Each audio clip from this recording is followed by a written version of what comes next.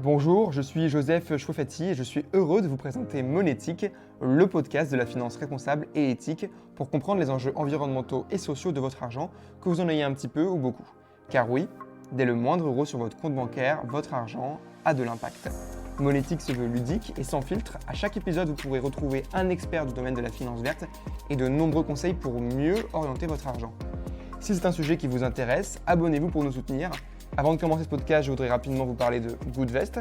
Goodvest, c'est une entreprise à mission qui propose de l'épargne responsable et transparente avec pédagogie. Vous pouvez faire fructifier votre épargne facilement, en accord avec vos valeurs, et investir dans le monde dans lequel vous voulez vivre. Je vous invite à visiter le site goodvest.fr pour en savoir plus. Lors du dernier épisode, j'ai eu le plaisir d'échanger avec Sophie Liotier, qui est la responsable communication au sein de l'association La Finance pour tous. Aujourd'hui, on va s'intéresser à l'analyse de l'investissement responsable ou à l'analyse ESG pour environnement, social et gouvernance. Et donc, je suis heureux d'accueillir Alban Préaubert, qui est analyste gérant ESG au sein de la société de gestion Sycomore depuis 10 ans. Bonjour Alban, comment vas-tu ? Bonjour, toi très bien, c'est vrai que on est dans un monde un peu particulier depuis un an, mais ça va, on arrive à bien fonctionner. On tient le coup. Oui, on tient le coup. Vivement qu'on sorte de cette Vivement qu'on période. sorte de cette situation, on va y arriver. Parce que c'est vrai qu'enregistrer le podcast avec des masques, c'est pas très sympathique. Alors, est-ce qu'on peut commencer est-ce que tu peux commencer par te présenter parce que tu as un parcours assez original ? Oui, bien sûr. Alors c'est vrai, j'ai un parcours assez atypique dans le monde de la finance, puisque j'ai eu une première vie en tant que sportif de haut niveau en patinage artistique. Donc voilà, ça a été une passion depuis tout petit. Et puis j'ai progressé dans l'hierarchie d'abord régionale, puis nationale, puis internationale. Puis effectivement, j'ai été dans le top 10 mondial en patinage artistique jusqu'en 2011. J'ai arrêté ma carrière en 2011.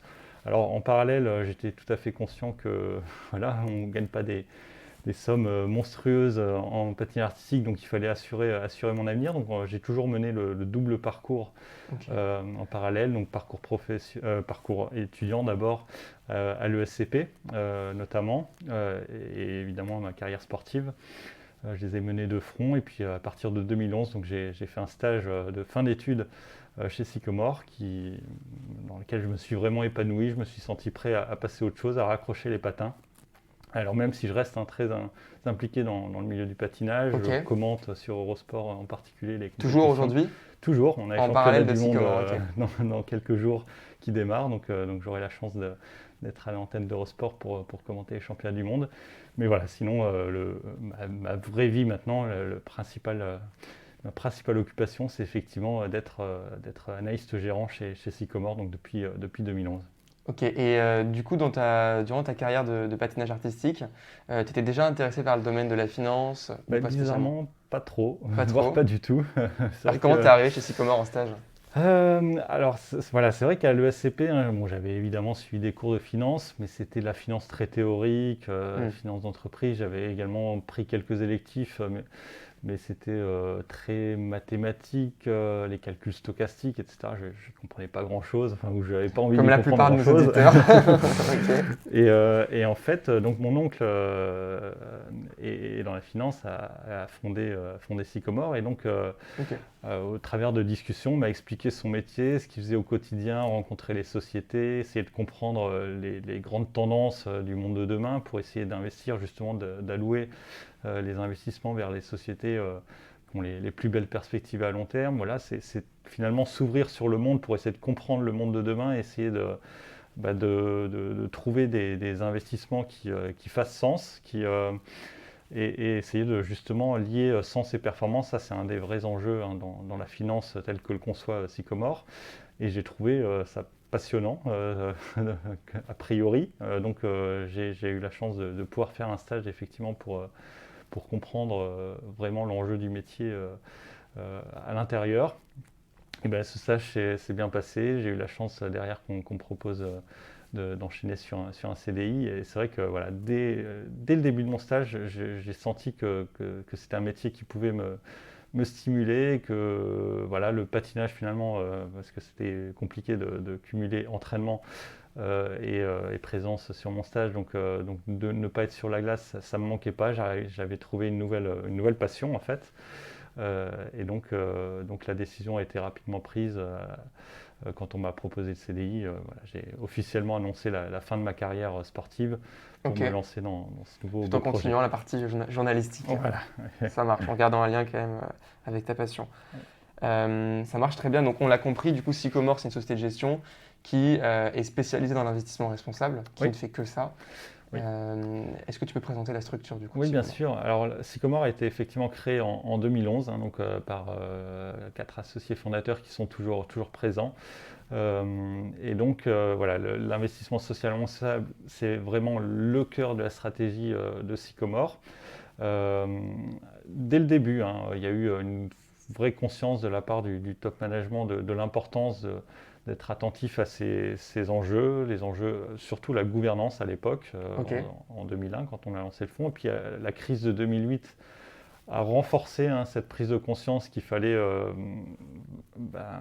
prendre en compte la responsabilité sociale des entreprises, essayer Parce que déjà à l'époque, on constatait une surperformance de l'investissement responsable ou que c'était un facteur qui influençait la performance? Oui. Donc c'est vrai que voilà, les sociétés qui avaient une gouvernance saine, équilibrée, avaient tendance à surperformer. C'était un vrai constat qu'ils avaient fait à l'époque. Et puis la crise de 2008 a renforcé cette impression, cette sensation. Et du coup, ils ont structuré à l'époque la démarche pour finalement la rendre un peu plus holistique en intégrant également les enjeux environnementaux et sociétaux. Une première grille d'analyse avait été formalisée dès 2008 pour pouvoir couvrir les sociétés de l'univers d'investissement sur l'ensemble de ces enjeux environnementaux, sociaux et gouvernance. Ça s'est structuré encore plus à partir de 2010 avec le recrutement d'une équipe dédiée. Moi, j'ai pu donc rejoindre en 2011 pour renforcer cette équipe dédiée. Tu as commencé en tant qu'analyste ESG. Voilà, analyste ESG. Je faisais vraiment exclusivement je regardais les entreprises seulement sous le prisme d'analyse extra-financière, donc voilà, sans forcément regarder les comptes des sociétés, les bilans, etc. Alors après, les bilans et les comptes des sociétés, peut-être qu'ils peuvent aussi aider à prendre en considération. Bien sûr. C'est pour ça, très rapidement, au bout d'1 ou 2 ans, j'ai complété mon expertise par l'obtention du CIA, qui est un diplôme spécifique à la finance, à la valorisation d'entreprise, à la gestion de portefeuille, pour pouvoir tout intégrer. Donc combiner analyse financière et analyse extra-financière et donc être en mesure de gérer des fonds depuis 2013-2014. Donc voilà, et c'est vrai que maintenant je suis impliqué sur 2 stratégies, principalement chez Sycomore, la stratégie sur les petites et moyennes entreprises, d'investissement sur les petites et moyennes entreprises, et sur la stratégie transition énergétique et écologique avec la gestion du fonds Sycomore Eco-Solutions. Donc pour revenir à Sycomore directement, c'est vrai que voilà, ça s'est structuré à partir de 2010 très fortement, avec cet axe stratégique qui s'est renforcé à travers le temps.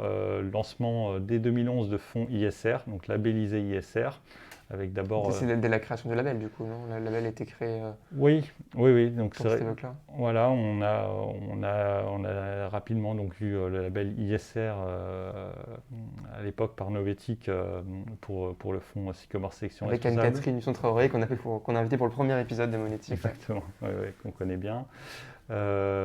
Sycomore Sélection Crédit, ensuite on a lancé un fonds crédit, même si le cœur d'expertise chez Sycomore reste les actions. Pour expliquer du coup, juste pour nos auditeurs, donc on a 2 parties dans la gestion d'actifs, la partie action et la partie obligation, donc crédit, où là on va prêter de l'argent aux entreprises, tandis que la partie action va détenir une partie du capital des entreprises. Exactement, c'est bien ça. Et donc on a également une partie obligation avec le fonds Sycomore Sélection Crédit. Okay. Et puis voilà, c'est des fonds qui ont bien marché. Notre méthodologie d'analyse ESG qui est propriétaire, on pourra peut-être revenir dessus,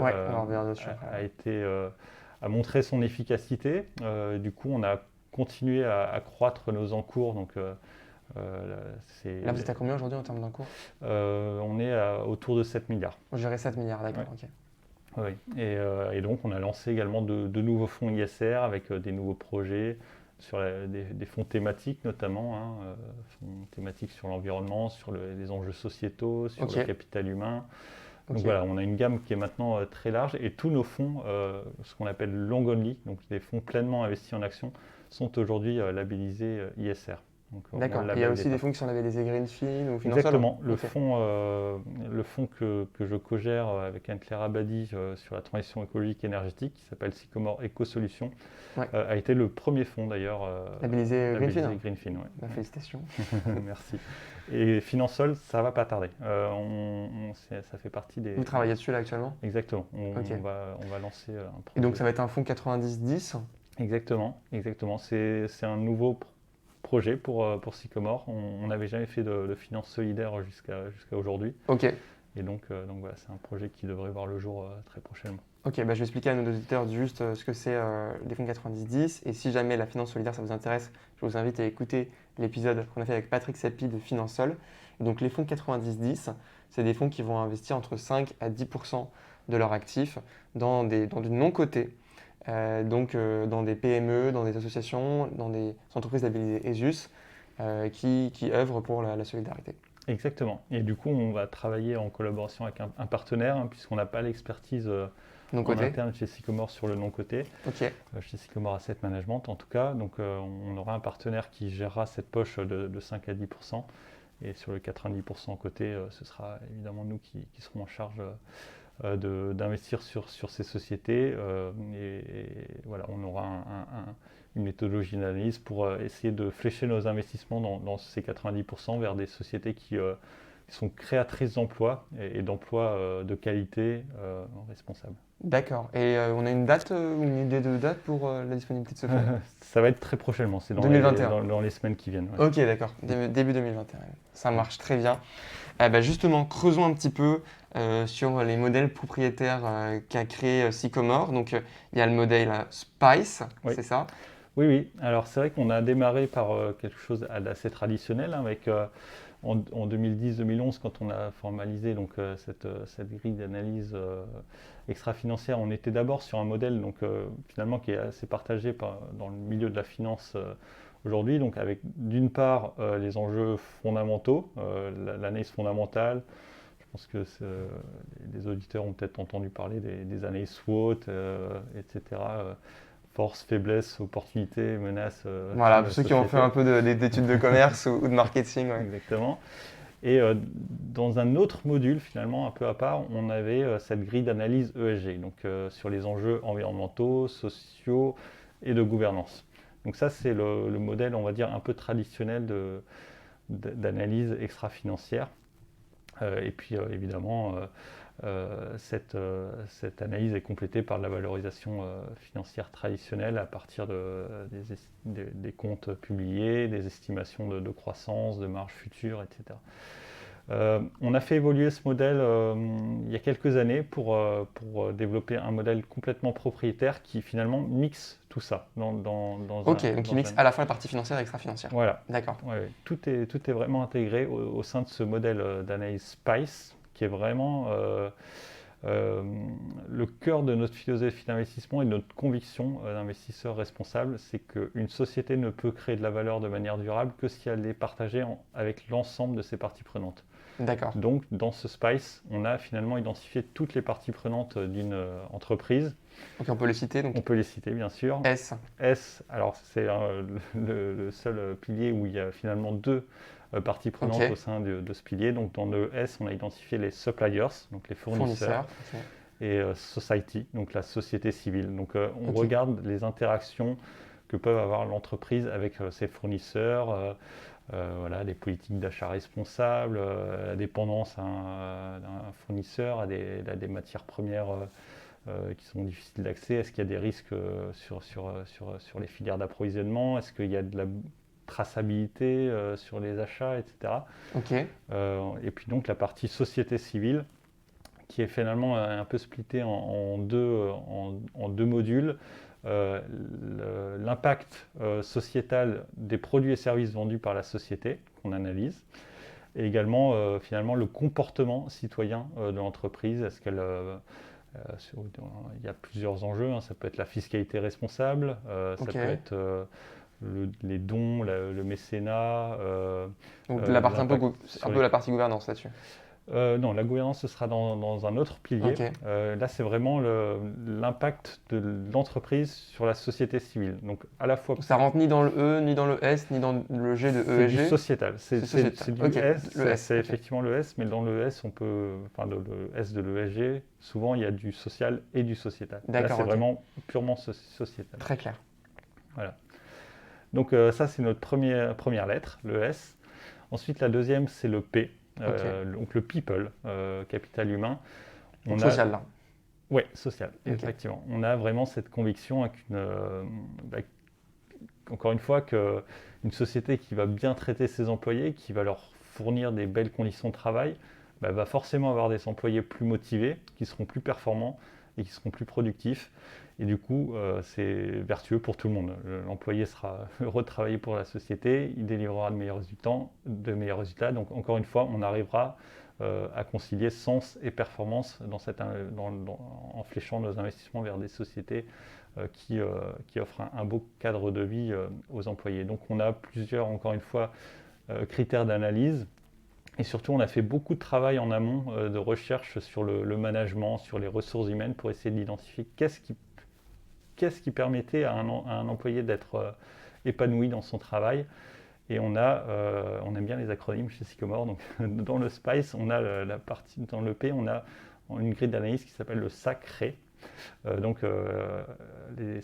une fois, c'est les premières lettres des éléments principaux qu'on a identifiés. Donc il y a le sens, il faut que l'employé comprenne le sens de son métier, lui trouve du sens. Donc typiquement les entreprises à mission rentrent parfaitement. Parfaitement, voilà, effectivement. Donc on aura tendance à... Vous êtes une entreprise à mission, Sycomore ou pas? On est une entreprise à mission, effectivement. On l'a inscrit dans nos statuts et on a été labellisé B Corp récemment. Ok, donc, félicitations. Merci. Il y a peu de sociétés de gestion qui sont labellisées B Corp. On a Mirova aussi, et c'est tout ou il y en a d'autres? Je crois qu'il y a une banque belge qui doit être Triodos qui doit l'être. Ok, mais en France, c'est tout. Je pense. Ok, ça marche. Donc effectivement, le sens. Deuxième élément important pour qu'un employé se sente épanoui dans son travail, c'est l'autonomie. Finalement, il connaît mieux son job probablement que son responsable ou que le PDG en tout cas. Donc voilà, il faut lui faire confiance, il faut lui laisser des responsabilités. Donc l'autonomie, c'est important pour que l'employé se sente épanoui. Troisième élément, c'est les compétences, la possibilité de développer ses compétences au sein de son entreprise, au sein de son métier. Donc tout ce qui est formation, développement des carrières, etc. est regardé dans cette lettre du C. Ensuite, le R, relationnel.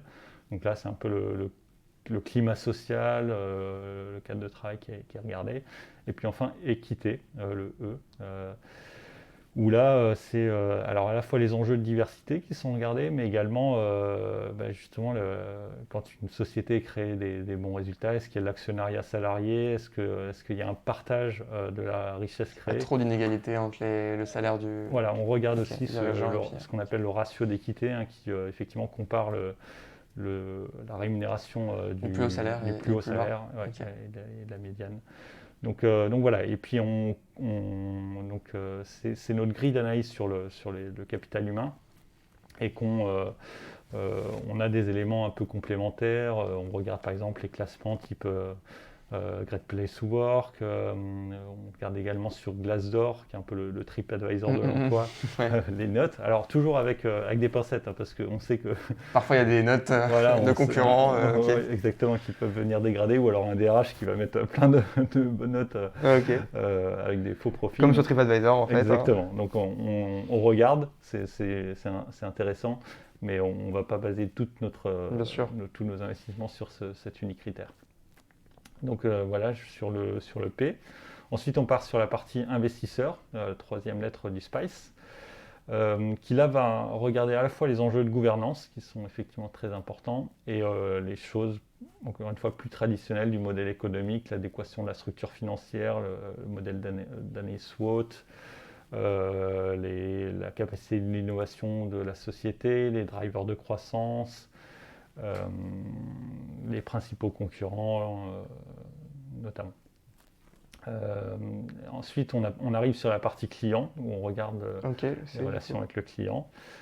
Et puis enfin, la partie environnement, qui est là aussi important et qui le sera surtout pour nos fonds thématiques sur l'environnement. On a développé une métrique d'impact spécifique, la NEC, qui est un peu le penchant de ce que j'évoquais tout à l'heure sur la contribution sociétale, où on regarde l'impact d'une entreprise. Donc en fait, la NEC est dans le E de Spice en termes d'organisation, c'est ça? Donc c'est l'équivalent de ce qu'il y a pour le P. Ok.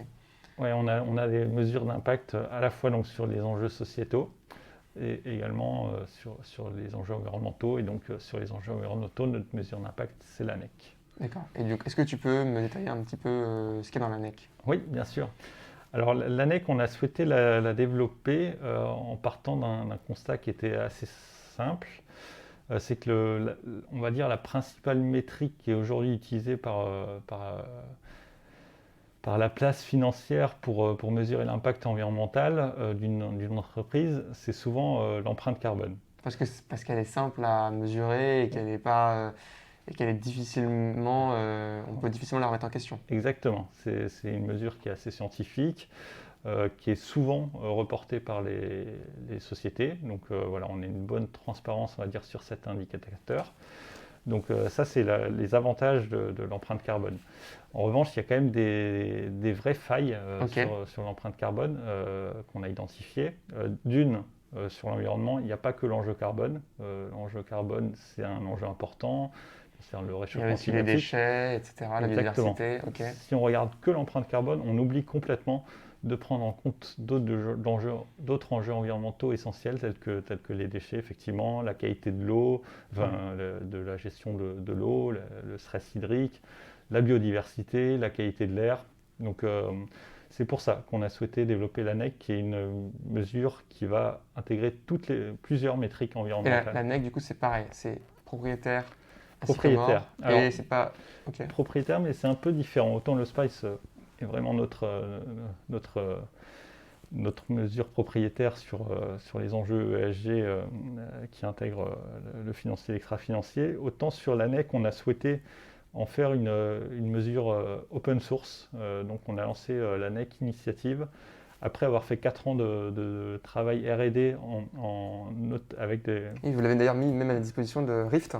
Oui, l'application du coup de l'ITA, pareil, on l'a interviewé sur l'épisode 4. Exactement. Ouais. Et c'est vrai que voilà, la NEC, là aussi, ça a été un très gros investissement de la part de Sycomore, parce que c'est des enjeux qui sont très complexes. Donc on s'est appuyé aussi sur l'expertise de cabinets de conseil sur les sujets environnementaux, 2 cabinets, en l'occurrence, iCare et Cantis. Et pendant 4 ans, on a développé cette NEC. Donc elle est open source. Et elle est open source, effectivement. Tous les gérants peuvent l'utiliser. Oui. Alors on met la méthodologie en open source. Et ensuite, il y a cette NEC initiative où, contre une contribution, on peut avoir accès à des données complémentaires sur la méthodologie, sur les sources, etc. Mais la base de la méthodologie est effectivement open source et tout est public sur un site qui s'appelle next-initiative.org. Ça marche, super. Et donc, juste, c'est une entité qui est indépendante de Sycomore ou c'est vraiment intégré à l'entreprise? C'est indépendant. Indépendant, c'est une association? Oui. Ok, ça marche. Et donc, autre limite de l'empreinte carbone, c'est pour ça qu'on a voulu développer l'annexe. Donc, il y a effectivement cette capacité à intégrer des multi-enjeux environnementaux. Et aussi, l'empreinte carbone est très souvent limitée à un scope 1 et 2. Donc, en gros, la fabrication des produits. Et le problème, c'est que ça peut fonctionner sur certains secteurs, certaines activités. Sur d'autres, pas du tout. On peut prendre l'exemple d'une Ferrari. Voilà. L'empreinte carbone d'une Ferrari est très limitée. Donc, Ferrari va avoir une super empreinte carbone. C'est l'assemblage en fait. C'est de l'assemblage. Effectivement, c'est de l'assemblage. Ce qu'on oublie de prendre en compte, c'est tout l'impact qu'aura la Ferrari quand elle va rouler. qui est 95% de son impact en fait. Et sauf si elle reste au garage, mais c'est pas le but qu'on investit là. Certains disent effectivement c'est un objet de collection, on la sort jamais, on prend pas le risque. Mais bon, globalement c'est vrai qu'une voiture c'est fait pour rouler. Et si on regarde que l'empreinte carbone qui est souvent publiée en scope 1 et 2 et qui oublie le scope 3 de l'usage, là il y a une vraie défaillance. Donc c'est pour ça, sur cette c'est la même chose pour les énergies fossiles en fait. Exactement, mais il y a plein de secteurs comme ça qui, si on se limite au scope 1 et 2, ça passe. On rate. Et puis on peut rater aussi toutes les émissions évitées. Le recyclage, par exemple, ça permet d'éviter c'est très, finalement, recycler, c'est très consommateur en énergie pour pouvoir transformer les matières premières, enfin recycler les matières premières. En revanche, on va éviter des quantités très importantes d'émissions parce que toute l'extraction minière, toute l'extraction, etc. est encore plus émettrice. Donc voilà, c'est pour ça qu'on intègre l'ensemble du cycle de vie sur l'ANEC. Et c'est vrai que voilà, c'était un de nos constats aussi dans les indices low carbone, certains ETF qui propose à l'investisseur a priori d'investir dans des sociétés peu émettrices en carbone. Elle se base sur l'empreinte carbone.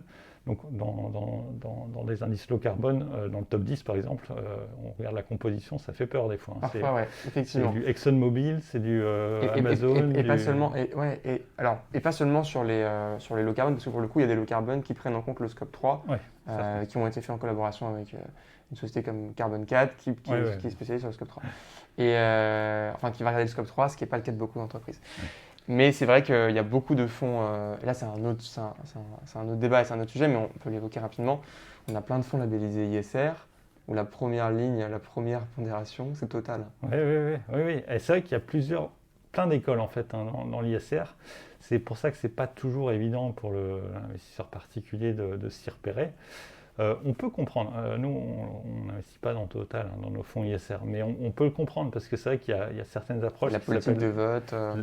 Il y a l'approche, effectivement, soit de l'engagement, où on peut acheter du Total pour pouvoir voter aux assemblées générales. Voter en assemblée générale, avoir du poids, même si c'est compliqué parce que Total c'est quand même un très gros Alors groupe, c'est vrai que c'est compliqué parce qu'il faut être une bonne partie des actionnaires à se mettre d'accord, mais on l'a vu là et on l'a beaucoup évoqué avec Anne-Catherine Son-Traoré, c'est quand même pas négligeable.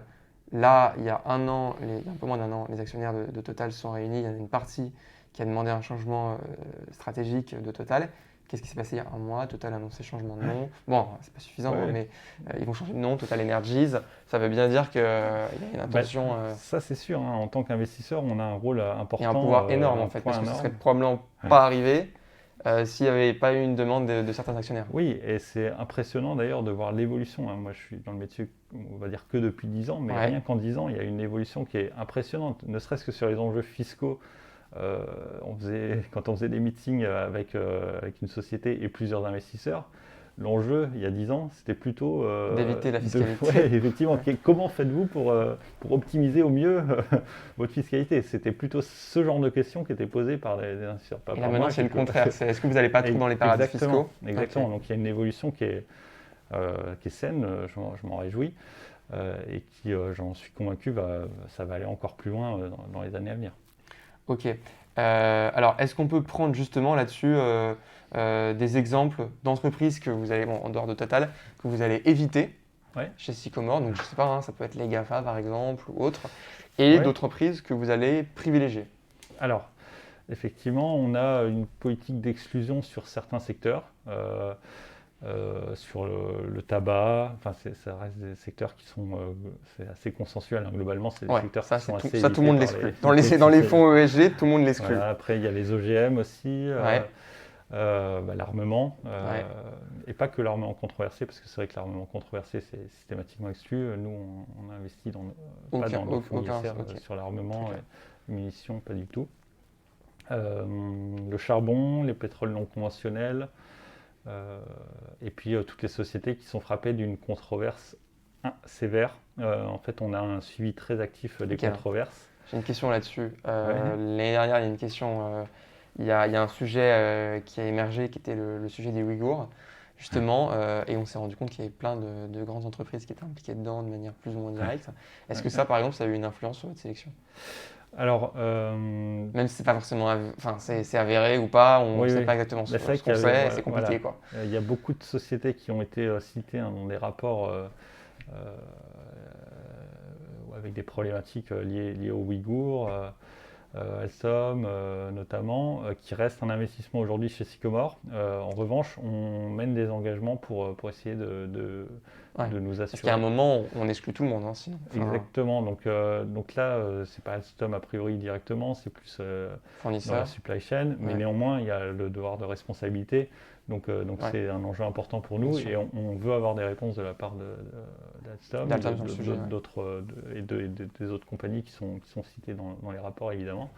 Donc aujourd'hui, on n'a pas exclu de sociétés spécifiquement liées au sujet des Ouïghours. Par contre, on a fréquemment des sociétés qui sortent de notre périmètre d'investissement parce qu'elles sont frappées de controverses. Ça a pu être le cas de Lafarge, ça a pu être le cas de BNP à une époque.